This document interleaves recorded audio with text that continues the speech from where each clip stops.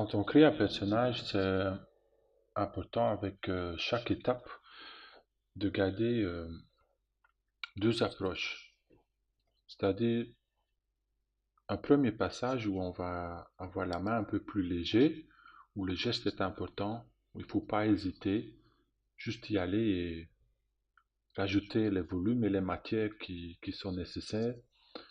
Et dans une deuxième étape, on va être plus précis. C'est-à-dire la première étape, c'est plus la liberté et l'ouverture du geste qui est important. Et dans une deuxième étape, on va être plus précis et on va mettre la netteté et la clarté et le détail en valeur. Alors ici, on a fini, disons, le premier jet pour l'anatomie. Et ici, dans une deuxième étape, on va rajouter le détail et la finition. Et on va utiliser les mêmes outils comme le dame standard et le move et le clay brush avec une plus petite taille, mais on va surtout regarder à mettre des lignes claires et à faire des décisions précises et nettes. Alors par exemple ici, je rajoute plus de détails dans le visage. Je pourrais passer facilement une heure ou deux juste sur le visage, mais l'important ici c'est le conceptuel, c'est passer l'idée. Même chose pour les oreilles. Je pourrais facilement passer une demi-heure juste sur l'oreille parce que l'oreille, en fait, c'est une partie du corps qui est le plus difficile à modéliser d'une façon réaliste. Mais si c'est pas vraiment le réalisme qu'on cherche, c'est juste de faire un concept. C'est un character design conceptuel directement en 3D. Alors ici, comme j'ai pas mal de détails dans le visage l'un à côté de l'autre, je vais utiliser le masquage. Mais par exemple ici, je suis passé aux mains. Parfois, on arrive à une impasse où quelque chose n'avance pas. Alors, c'est une bonne idée à ce moment-là de changer de cible et de passer à une autre partie de votre modèle pour aller travailler sur cette partie-là. Parce que le plus important, c'est d'avancer. Alors là, sur la main, je rajoute de la volume pour rendre la malle plus ample. J'utilise aussi la H-Polish pour vraiment définir des planes, c'est-à-dire des surfaces qui vont vraiment refléter la lumière, comme le dos de la main. Même chose un peu pour les doigts. Je vais les mettre plus en relief. Créer des planes ou des surfaces qui vont refléter d'un coup la lumière dans la même direction. Et comme ça, les doigts sont beaucoup plus lisibles. J'utilise aussi les escaves pour vraiment creuser entre les doigts.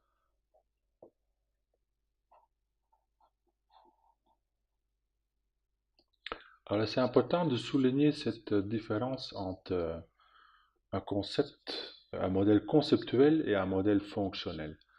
C'est-à-dire quand on crée un personnage, par exemple dans Maya, on est vite tenté à créer tout de suite un modèle fonctionnel, c'est-à-dire un modèle qui a une bonne topologie, qui va être facile à déplier en UV, qui va être facile à liguer, qu'on peut mettre de l'animation dessus ou passer à un animateur.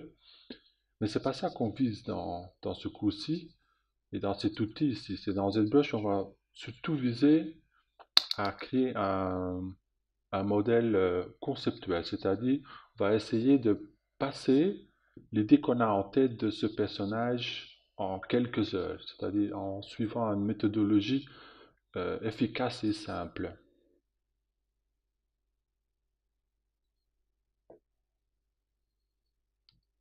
Bon, c'est toujours les mêmes brushes qu'on utilise, le dame standard, pour creuser les lignes de référence. Ici, c'est plus des vraies lignes de finition que des lignes de référence. Et en infographie, le undo est votre ami.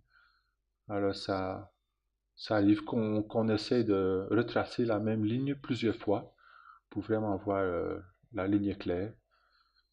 Dans ZBrush, il y a un outil ou un mode spécifique pour les brushes qui s'appelle Lazy Mouse. Et vous pouvez voir quand je fais des traits avec le dame standard, il y a une petite traînée qui suit le brush.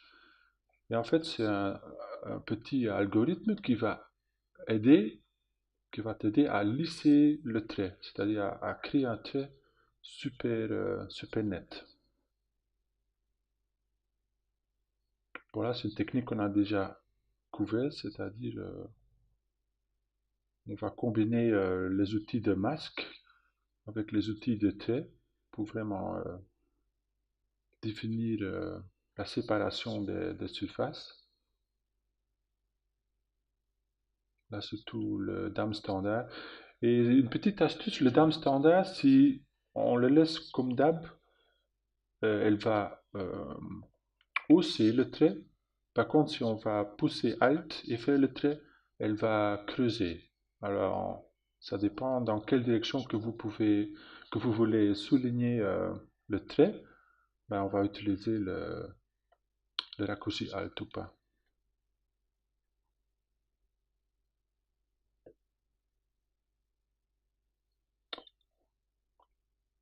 Là aussi, on va créer des petits plis secondaires avec le dame standard. Par exemple, là, dans les protecteurs de genoux, comme c'est une matière un peu mousseuse, quand, quand on sujet que ça plie, ben, ça va plier en créant certains plis et certains rides. C'est ce que je fais là. J'utilise aussi le pinch. C'est vraiment un outil de finition vraiment à la fin.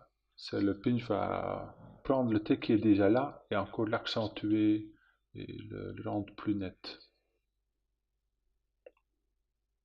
Là, je passe au bot en utilisant le même outil. Une remarque générale, c'est ici, je suis en train de sculpter mon modèle en mode symétrique, c'est-à-dire je vais modéliser la côté gauche et la côté droite, je l'aurai presque gratuit. C'est-à-dire je ne serai pas obligé de sculpter tout le côté droit parce que elle va être modélisée en même temps que je creuse et je sculpte le côté gauche. Alors c'est un avantage parce que c'est la moitié du travail. Mais par contre, la symétrie, c'est vraiment quelque chose qui va rendre ton personnage vivant. Alors c'est important d'en rendre compte, c'est-à-dire soit on va sculpter complètement le modèle en, en symétrie et après le mettre en pose finale, ou soit on va travailler d'une façon un peu plus organique où on va déjà le mettre en pose asymétrique et là on va sculpter deux fois, c'est-à-dire le côté gauche et le côté droit. Alors là je fais la semelle, toujours avec l'outil d'arme standard. Un brush polish en bas pour lisser. Et ici, je vais, pour le détail net des lacets, je vais utiliser une technique qu'on a déjà utilisée avec les masques et l'outil déformation inflate pour rendre ça trois-dimensionnel. Par exemple, là, même avec le lazy mouse, c'est pas toujours évident de vraiment faire une décision nette et dessiner une ligne claire. Là, on arrive doucement à la fin. Encore quelques petites retouches au visage. Et le visage, par exemple, quand je rajoute des éléments comme les cheveux, le but n'est pas de modéliser chaque cheveu, c'est vraiment suggérer, euh, même si ZBrush a des très bons outils de génération de poils et de cheveux, ici je vais plutôt le suggérer par les formes sculptées.